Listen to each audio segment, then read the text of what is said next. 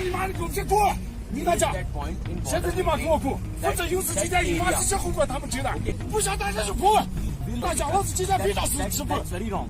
मासूम कश्मीरियों पर जुल्म सितम करने वाली दुनिया की बुज़दिल तरीन भारतीय फौज चीन की आर्मी के सामने भीगी बिल्ली बन गई है। सिक्किम और लद्दाख में चीनी फौज के हाथों पिटाई खाने के बाद भारतीय फौज अब अपनी असल औकात पर आ गई है। 5000 के करीब चीनी फौजी गुज़िश्ता दिनों लद्दाख में 300 किलोमीटर अंदर घुस आए और वहां बंकर्स भी तामीर कर दिए। तब से चीनी फौज वापस जाने का नाम नहीं ले रही। ऐसी सूरत हाल में भारत की हुकूमत और फौज बेबस है और चीन को अब जवाब देना इनके बस की बात भी नहीं। लिहाजा चाणक्य के उसूल के मुताबिक बुज़दिल भारतीय फौज चीन की मिन्नतें तरले करने पर उतर आई है और भारतीय फौज बैनर्स लेकर चीनी फौज की जानिब से कब्जा किए गए लद्दाख के इलाके में पहुंच गई। बैनर्स में भारतीय फौज ने चीनी फौज से दरख्वास्त की है कि चीनी फौज प्लीज वापस चले जाओ। ये बैनर्स सोशल मीडिया पर वायरल हो गए हैं और पाकिस्तानियों की तरफ से भारतीय फौज का मजाक बनाकर रख दिया गया है।